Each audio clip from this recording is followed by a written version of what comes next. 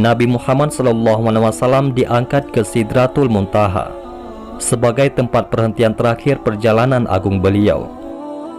Sidratul Muntaha adalah pohon yang aman besar sekali. Akarnya di langit ke-6, rantingnya sampai ke langit ke-7, dan puncaknya hingga menembus langit ke-7, sebagaimana tersebut dalam beberapa riwayat. Dari akar kaki Sidratul Muntaha mengalir sungai yang airnya tidak berubah rasa, warna, dan baunya.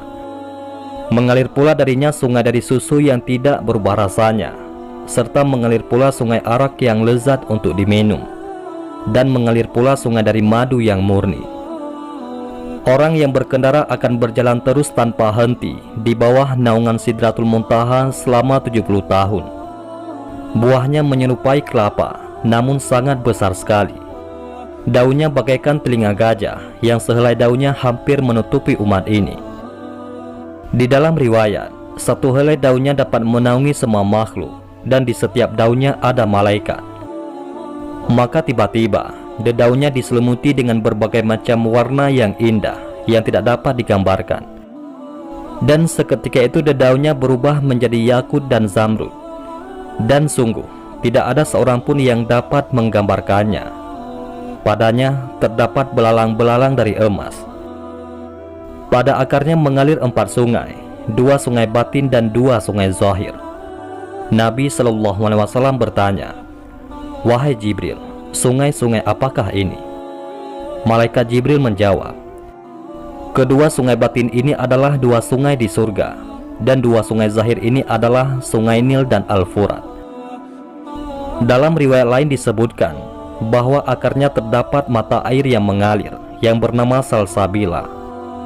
Dari mata air Salsabila ini mengalir 2 sungai, salah satunya yaitu Al-Kautsar. Nabi Muhammad SAW menyaksikan sungai Al-Kautsar yang sangat deras, hingga cipratan airnya memancar deras seperti anak panah. Di tepiannya terdapat kemah-kemah terbuat dari mutiara, yakut, dan zamrud. Dan di atasnya bertengger burung-burung berwarna hijau, yang sebagus-bagusnya burung yang tidak pernah kita lihat. Di sekitar sungai terdapat bejana-bejana yang terbuat dari emas dan perak. Air sungainya mengalir di atas kerikil-kerikil yakut dan zamrud, dan airnya lebih putih daripada susu. Nabi Muhammad SAW mengambil bejana untuk meminum airnya, dan ternyata airnya lebih manis dari madu dan lebih wangi dari minyak misik. Malaikat Jibril berkata kepada Nabi Muhammad SAW, "Sungai ini adalah hadiah Allah untukmu wahai Muhammad, dan sungai lainnya adalah sungai Rahman." Nabi SAW mandi di dalamnya, dan ketika itulah diampuni dosa-dosanya yang terdahulu dan yang akan datang. Di dalam riwayat disebutkan bahwasanya Nabi Muhammad SAW melihat Jibril dengan 600 sayapnya di Sidratul Muntaha. Setiap satu sayapnya menutupi ufuk langit, dan dari sayap-sayapnya berjatuhan permata dan yakut, serta lain-lainnya yang hanya Allah yang mengetahuinya. Rasulullah SAW menelusuri Al-Kautsar hingga masuk ke dalam surga, yang kenikmatannya tidak pernah dilihat oleh mata, tidak pernah terdengar oleh telinga, dan tidak pernah terlintas dalam angan-angan manusia. Rasulullah melihat pada pintunya tertulis, "Satu sedekah diganjar dengan pahala 10 kali lipat, sedangkan memberi utang diganjar dengan pahala 18 kali lipat."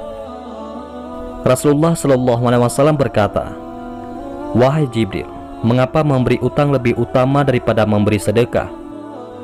Malaikat Jibril berkata, "Karena sesungguhnya seseorang yang meminta, ia masih memiliki sesuatu, sedangkan orang tidak akan berutang kecuali ia dalam keadaan membutuhkan."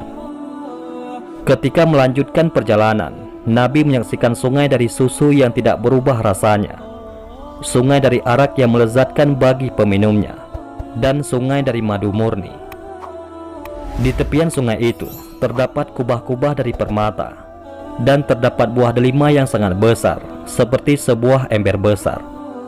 Dalam riwayat lain, terdapat buah-buah delima yang besarnya bagaikan seekor unta dengan pikulannya, dan juga terdapat burung-burung yang besar bagaikan seekor unta berpunuk 2.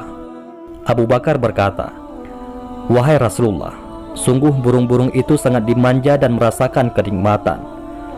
Rasulullah menjawab, "Para pemakan burung-burung itu lebih nikmat dan lebih dimanja lagi. Dan aku harap agar engkau pun memakannya pula, wahai Abu Bakar." Kemudian Nabi SAW diperlihatkan keadaan neraka. Neraka adalah tempat kemurkaan Allah dan siksanya Allah. Apabila bebatuan dan besi dilempar ke dalamnya, maka akan dilahapnya. Rasulullah menyaksikan sekelompok kaum di neraka yang sedang memakan bangkai. Rasulullah bertanya kepada Jibril, "Siapakah mereka, wahai Jibril?" Jibril menjawab, "Mereka sedang memakan daging-daging manusia."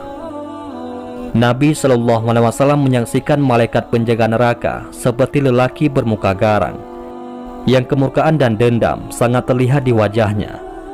Rasulullah mengucapkan salam kepadanya, dan kemudian neraka dikunci kembali.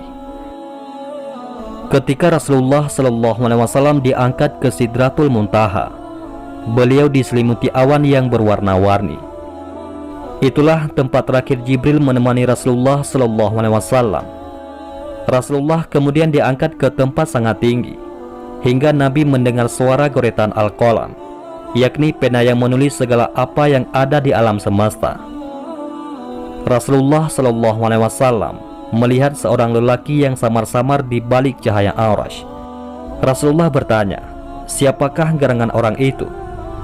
Apakah malaikat?" Maka dijawab, "Bukan." Rasulullah bertanya kembali, "Apakah dia seorang nabi?" Maka dijawab, "Bukan." Rasulullah bertanya lagi, "Siapakah gerangan?" Maka dijawab, "Dia adalah lelaki yang ketika di dunia mulutnya selalu basah dengan zikir kepada Allah, hatinya selalu rindu kepada masjid, dan tidak pernah menjadi penyebab kedua orang tuanya dicela." Tibalah momentum yang teramat agung. Rasulullah SAW diperkenankan melihat Allah Ta'ala. Ketika itu beliau tersungkur dengan bersujud kepada Allah. Ketika itulah Allah berbicara kepada Nabi Muhammad SAW. Periwayat hadis berkata, tertulis di dalam kitab suci Taurat bahwa Rasulullah SAW adalah Habibullah, yakni kekasih Allah. Allah berkata kepada Nabi SAW, "Dan aku mengutusmu kepada seluruh manusia sebagai pembawa kabar gembira dan sebagai pembawa peringatan. Dan aku telah lapangkan dadamu, dan aku telah hapuskan dosa-dosamu, dan aku telah mengangkat namamu, sehingga tidaklah namaku disebut, melainkan engkau pun disebut bersamaku. Dan aku telah menjadikan umatmu sebagai umat yang terbaik dari sekalian manusia, dan aku jadikan umatmu sebagai umat moderat. Dan aku jadikan umatmu sebagai umat yang pertama masuk ke dalam surga, dan yang terakhir lahir ke muka bumi.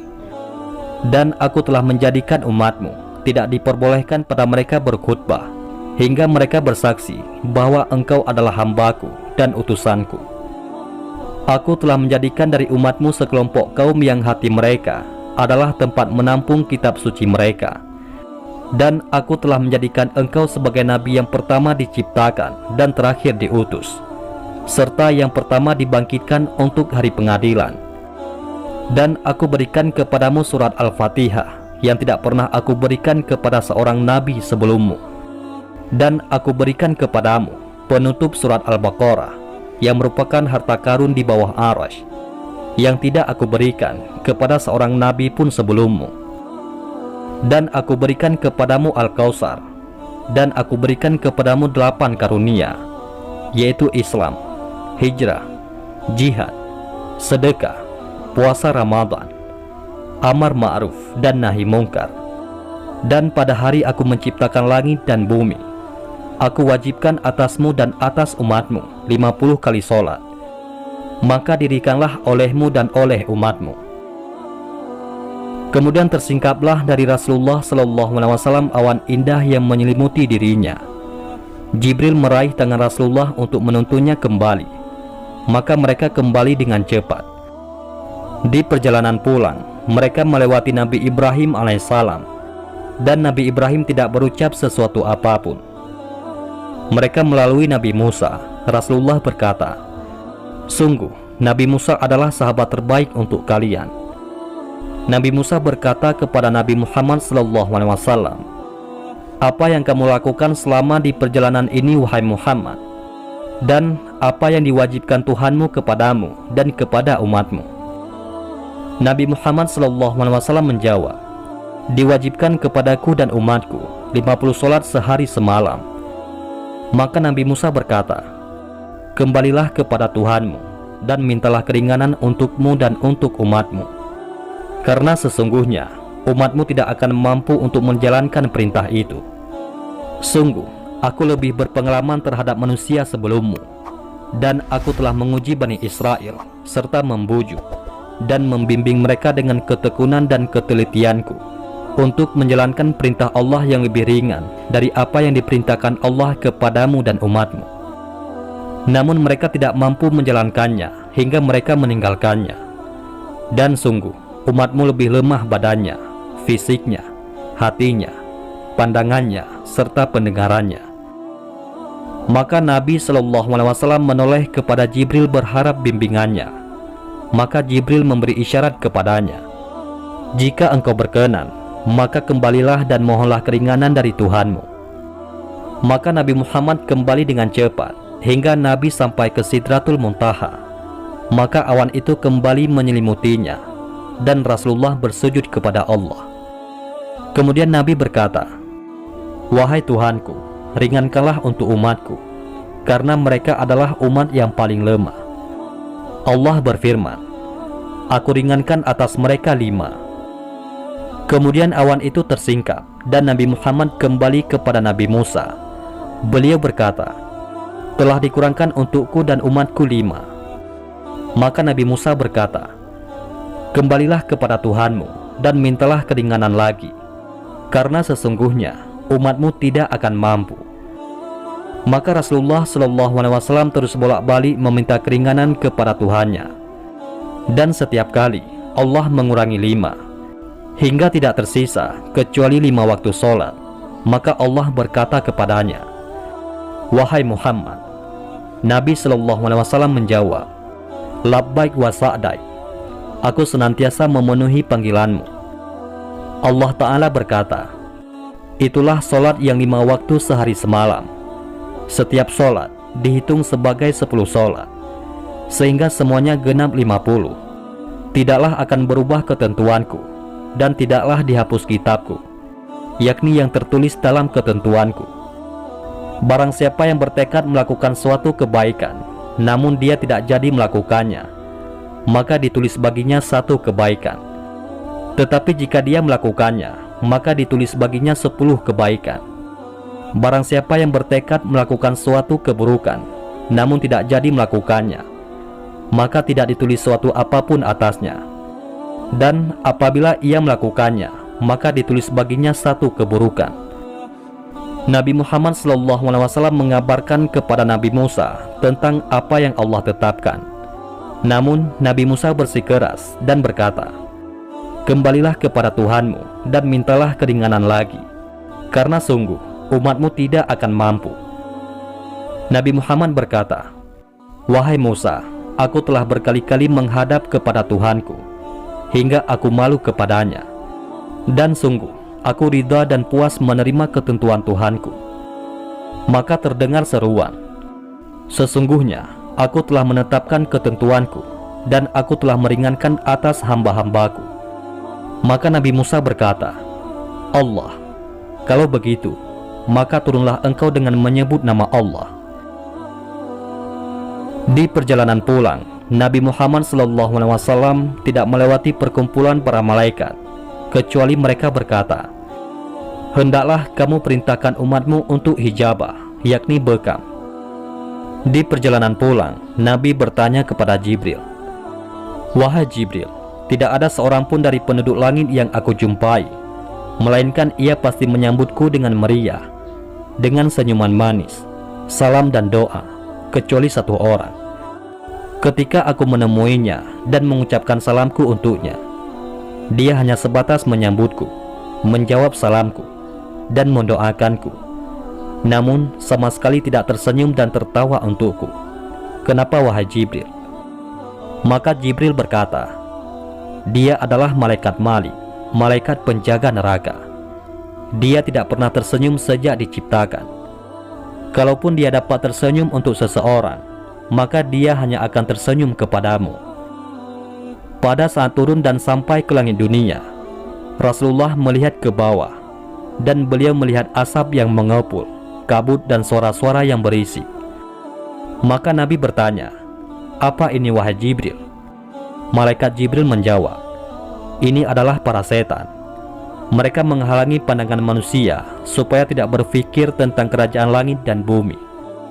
Apabila para setan tidak melakukan hal itu, sungguh manusia akan melihat keajaiban yang mengagumkan. Rasulullah turun hingga kembali ke Baitul Maqdis.